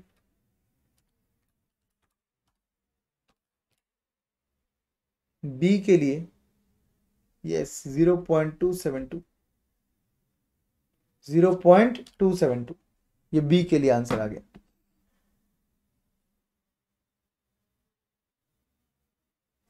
पर unit of mean value this is the standard, this is the deviation. तो ये अपन ऐसे बोल सकते हैं कि ये मास्टर क्वेश्चन था आपके कॉन्सेप्ट्स के लिए. ठीक है, कॉन्सेप्चुअल क्लैरिटी के लिए आपके लिए मास्टर क्वेश्चन था. ठीक है, अब आते हैं एक बहुत ही अलग जबरदस्त कॉन्सेप्ट पर.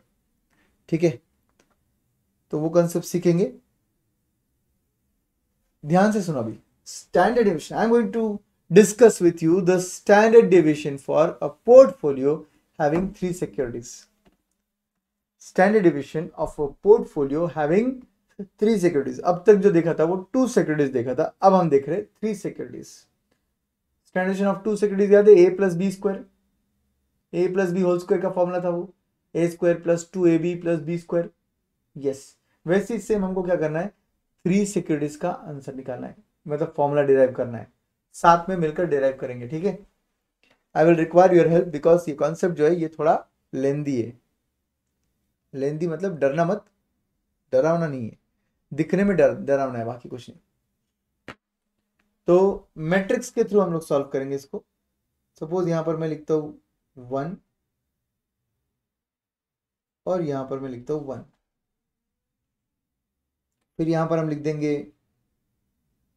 2 और यहां पर 3, यहां पर हम लिख देंगे 2 और यहां पर हम लिख देंगे 3, ठीक है। तो 1 का पोर्टफोलियो अगर रहता है तो हम कैसे लिखेंगे, weight of 1 into weight of 1 into R of 1 1 into standard of 1 into standard of 1 1 1 अगर रहता तो अपन लोग ऐसे लिखते, do you agree? Normal standard के लॉजिक से ही बता रहा हूं मैं आपको। तो इस केस में आप वेट ऑफ 1 का स्क्वायर लेते into weight of 1 standard of 1 का स्क्वायर लेते, और आर को आप इग्नोर कर देते बिकॉज आर 1 एंड 1 का आर जो होता है वो तो 1 ही होता है ना। कोरिलेशन ऑफ पोर्टफोलियो 1 विथ 1 क्या होगा, 1 ही होगा ना। समझ में आ रहा है बात को? नाउ ऐसी सेम हम 2 2 के लिए देखते हैं। सपोज 2 2 के लिए तो कैन वी से, मेरे साथ साथ लिखते जाओ, 2 2 के लिए अगर मुझे देखना है तो कैन वी से बिल्कुल सेम लॉजिक होगा, 2 एंड 2 इधर आता है। तो बस करना कुछ नहीं है आपको, वेट ऑफ 1 की जगह वेट ऑफ 2 डाल देंगे, आर 1 1 की जगह 2 2 डाल देंगे, स्टैंडर्ड 1 1 की जगह 2 2 डाल देंगे। तो यहां पर weight of 2 into weight of 2 into R 2 comma 2 into standard of 2 into standard of 2, मतलब ये क्या बन गया, weight of 2 square into standard of 2 square. Same like this हम 3 3 के लिए कर सकते हैं। 3 3 के लिए अगर मुझे करना है तो मैं क्या करूंगा, पहले आप 2 का लिख दो, 2 2 के लिए लिख दो,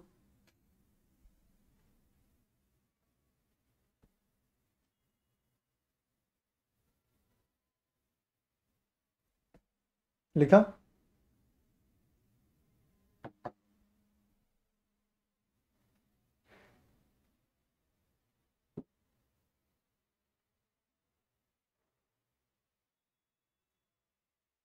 मेरे साथ साथ 3 3 के लिए लिखोगे आप, पहले 2 2 के लिए लिख दो, यस लिख दिया। 3 3 के लिए मेरे साथ बनाओ, आपको आता है बनाने, बनाओ मेरे साथ।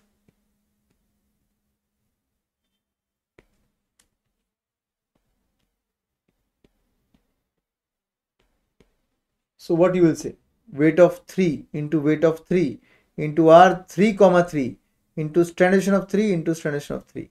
So it will be weight of 3 square into standardization of 3 square. Weight of 3 square into standardization of 3 square.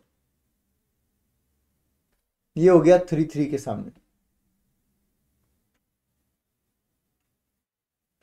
अब आते उधर का 1 और इधर का 2, मतलब इधर ये जगह पर मुझे फिल करना है। अभी ये हो गया आपका, अब ये जगह पर फिल करेंगे अपन। उधर का 1 है और इधर का 2 है, ठीक है। तो पहले उधर का 1 ले लो, वेट ऑफ 1 इंटू इधर का 2 ले लो, वेट ऑफ 2 इंटू आर क्या करोगे 1 कॉमा 2 इंटू स्टैंडर्ड क्या करोगे 1 इंटू स्टैंडर्ड क्या करोगे 2, करेक्ट। सेम लाइक दिस इधर, उधर का 1 और इधर का 3, उधर का 1 इधर का 3, बना सकते हो आप मेरे साथ, बनाओ मेरे साथ साथ बनाओ, स्क्रीन पर देखने की जरूरत नहीं है आपको। Weight of 1 into weight of 3 into R 1 comma 3 into standard division of 1 into standard division of 3।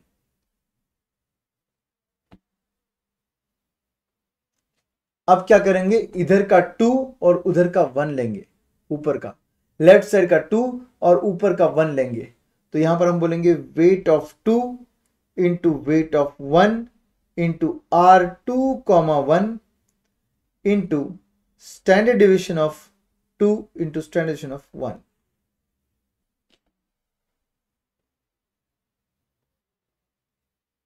Last column इधर का सॉल्व करेंगे. Comfortable everyone solving?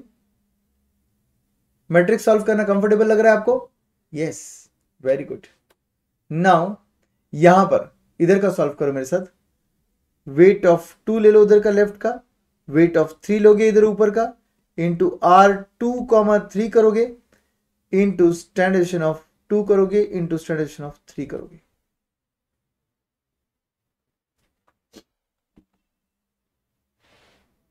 राइट. अब नीचे का लास्ट, उधर का लेफ्ट का 3 और ऊपर का 1, wait of 3 into weight of 1 into R3,1 into standard deviation of 3 into standard deviation of 1. Now इधर का 3 ऊपर का 2, it will be wait of 3 into weight of 2 into R3,2 into standard deviation of 3 into standard deviation of 2. Done. Now friends, just focus what I am saying कि हमारे पास ये तो है ही 1 2 और 3, ये तो है, बट हमारे पास ये ऐसे पेयर भी दो दो है, मतलब 3 पेयर है टोटल. अच्छे से देखो, ऐसे पेयर भी आपके पास 3 है एग्जैक्टली. तो कैन वी से ये पेयर है, मतलब 2 इंटू दिस है अपने पास. जैसे ये सेम है वैसे ही, जैसे फॉर एग्जाम्पल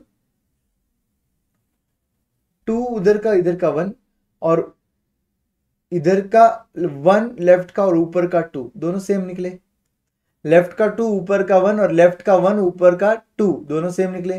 वैसे ही सेम लेफ्ट का 3 ऊपर का 1 और ये वाला भी तो सेम है. लेफ्ट का 1 और ऊपर का 3 ये भी तो सेम ही है, देख लो अच्छे से.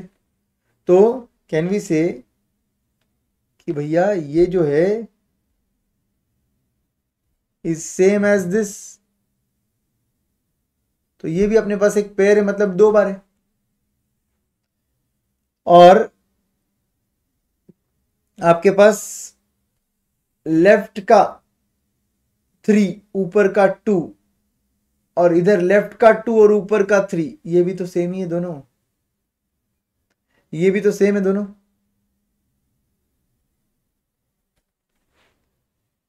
Do you agree?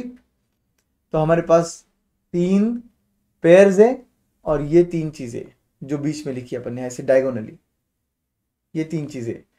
Standard deviation of portfolio क्या रहेगा? इन सब का समेशन अंडर रूट में होगा. तो हम बोलेंगे standard deviation of portfolio is equal to weight of 1 square into standard deviation of 1 square plus weight of 2 square into standard deviation of 2 square. तो बीच वाली चीजें पहले ले रहा हूं मैं, ये वाली, और लास्ट में ये लूंगा अभी, plus weight of 3 square into standard of 3 square. यहां तक डन है. बीच वाली 3 चीजें हो गई डायगोनल वाली. अब क्या करेंगे? अब हम बोलेंगे 2, ये वाला ले लो, दिस 2, दिस 1 इज 2 टाइम्स, इसलिए हम लिखेंगे plus 2 into weight of 1 into weight of 2 into R1,2. R2,1 हो या 1,2 हो एक ही बात है. Correlation between this 2 is that 1,2 2,1 into standard deviation of 1 into standard deviation of 2. कितनी बार है ये? 2 बार है, इसलिए इसको 2 लिख दिया यहां पर. इसी के जैसे प्लस, तो ये भी तो 2 बार हो गया ना, जो हमने सर्कल करके लिखा हुआ है. ये भी तो 2 बार है, तो हम बोलेंगे plus 2 into weight of 1 into weight of 3 into R1,3 into standard deviation of 1 into standard deviation of 3 plus ये वाले दो भी तो सेम है, पेयर है, ये भी तो पेयर है हमारे पास, तो हम बोलेंगे plus 2 into weight of 2 into weight of 3 into R2,3 into standard of 2 into standard of 3। ये जो भी किया अपन ने, इसको सबको अपन क्या कर रहे हैं, रूट में डाल रहे हैं अभी। तो ये होता है आपका formula for standard of portfolio consisting of 3 securities. Heading दे सकते हो आप, मैट्रिक्स के ऊपर आपको हेडिंग देना होगा तो, या नीचे लिख सकते हो आप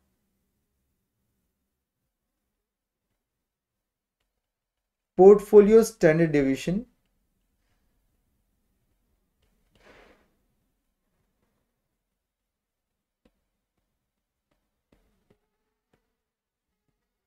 consisting of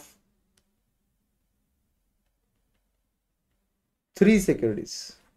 ऐसी सेम 4 सिक्योरिटीज के लिए भी बन सकता है, ऐसी सेम 5 सिक्योरिटीज के लिए भी बन सकता है, बट आपको देख रहे हो आप 3 सिक्योरिटीज का कितना बड़ा फॉर्मूला बन गया। तो एग्जाम में 3 सिक्योरिटीज के ऊपर कभी नहीं आया आज तक, तो हमने 3 सिक्योरिटीज तक का कर लिया है। इस तरीके से आपका फॉर्मूला आएगा। This was the derivation of formula. Of course you are not suppose to show the derivation. एक छोटा सा क्वेश्चन इसके बेसिस पर आप ट्राई करोगे होमवर्क के लिए। Question number 23।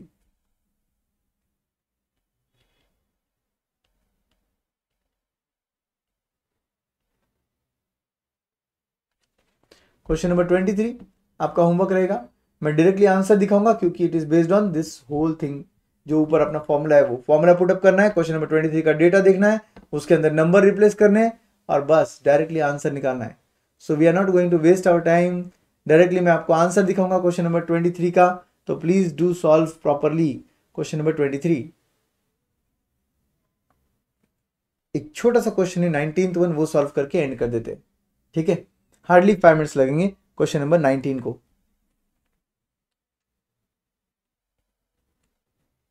Question number 19 of your notes,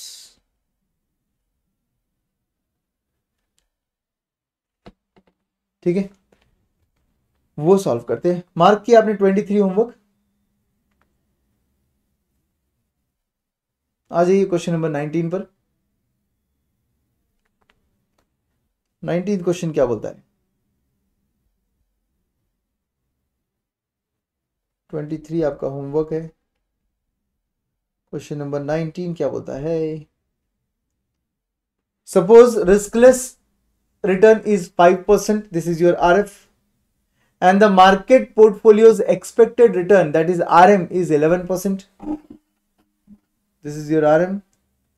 Further, assume further that beta coefficient for security J are beta 1 1.3 in relation to market portfolio, beta 2 0.3 in relation to growth rate of GDP, and beta 3 is equal to 0.2 in relation to inflation. मतलब यहां पर एक factor affecting returns from portfolio नहीं है। There are 3 factors affecting for return from your portfolio. Number 1 beta of market, number 2 beta of growth rate of GDP, number 3 beta of inflation. And आगे बोला है the expected growth rate of GDP is 8%, तो GDP का growth rate 8% दिया हुआ है, inflation is 3%। Determine the expected return of security J. तो इसको बोलते हैं मल्टी वैरिएंट आपका logic for calculation of expected return, क्योंकि आपका सीएपीएम क्या कर रहा है, सिर्फ मार्केट को दिख रहा है, बट मार्केट के अलावा बाकी फैक्टर्स भी सिक्योरिटी के रिटर्न पे अफेक्ट करती है, जैसे कि इन्फ्लेशन करता है, जैसे कि जीडीपी करता है। तो उस वक्त मल्टी वैरिएंट मॉडल जब रहता है तब ये लॉजिक यूज किया जाता है। इस वक्त क्या फॉर्मूला होता है, क्या लॉजिक्स होते हैं, देख लो एक बार, फिर सॉल्व करना तो बहुत आसान है। यहां पर हम बोलेंगे return from security J is nothing but आपका RF risk free return plus beta 1 बोलेंगे अपन लोग, किसके लिए, मार्केट वाला। बीटा 1 जो दिया है वो मार्केट वाला दिया है ना, और उसके लिए हम बोलेंगे RM माइनस RF, जो नॉर्मल फॉर्मूला है वही लिखा अपन ने अभी तक। एक बार जस्ट कंफर्म कर लो बीटा 1 वही है क्या?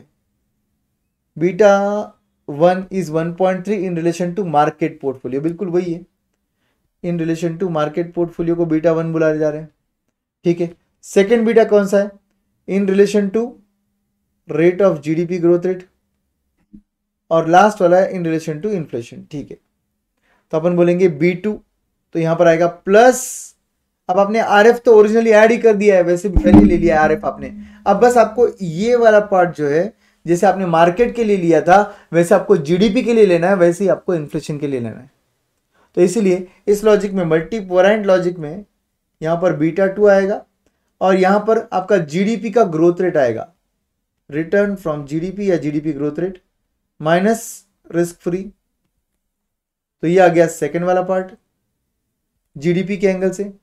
ये था मार्केट वाला पार्ट, ये था आपका जीडीपी वाला पार्ट। अब ऐसे ही सेम आपको बीटा 3 लेना है। कौन सा है बीटा 3? इन्फ्लेशन वाला पार्ट है, तो रिटर्न फ्रॉम इन्फ्लेशन आएगा माइनस रिस्क फ्री आएगा।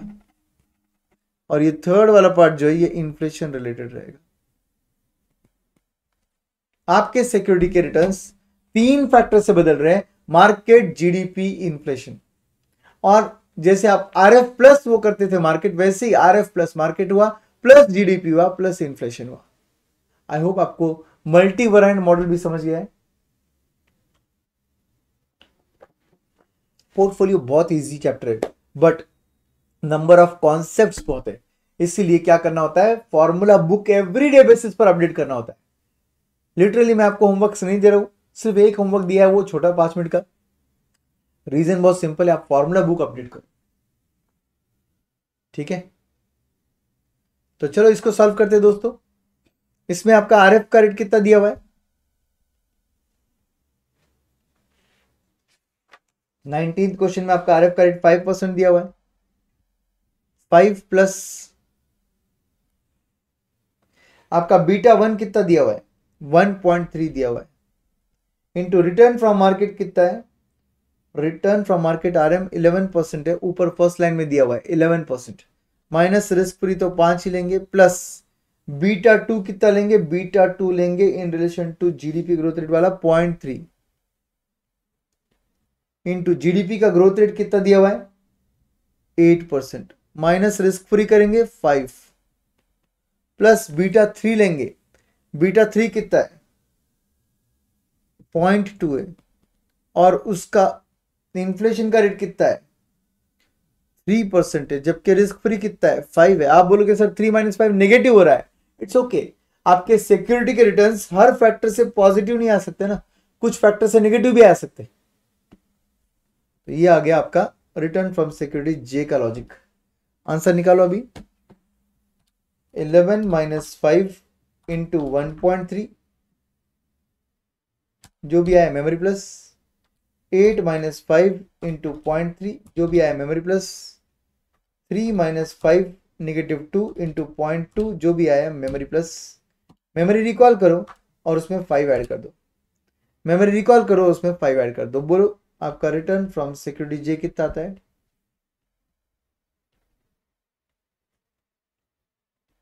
13.3%। मेरा शॉर्टकट ऑन कैलसी बहुत इजी है। फर्स्ट मार्केट वाला पार्ट सॉल्व करेंगे, मेमोरी प्लस कर देंगे। ये सेकंड जीडीपी वाला पार्ट सॉल्व करेंगे, मेमोरी प्लस। लास्ट इन्फ्लेशन वाला पार्ट मेमोरी प्लस। जो भी मेमोरी रिकॉल से आंसर आता है उसमें RF ऐड कर देंगे, जो फर्स्ट पार्ट है ये वाला वो। तो आपका आंसर आता है 13.13%। 13.13%। Everybody, I hope you enjoyed this session. आपको ये सब चीजें कॉन्सेप्चुअली अच्छे से समझ रही है। तो आज हमने कॉन्सेप्ट्स नए कवर किए। Standardization of portfolio consisting of 3 securities, slope of SML, slope of CML, what is CML, what is SML, सब कुछ, ठीक है। तो यहां तक के लिए हम लोग आज के लिए स्टॉप करते हैं और कल मिलेंगे और इससे भी और इंटरेस्टिंग चीजें सीखेंगे। बट आपका 2 चीजें करना है आपको काम। एक आपका होमवर्क क्वेश्चन नंबर 23, और दूसरी बात आपको फॉर्मूला बुक अपडेट करना है। Thank you very much guys. Bye bye. Take care. Have a nice remaining day. Enjoy your day. Bye bye.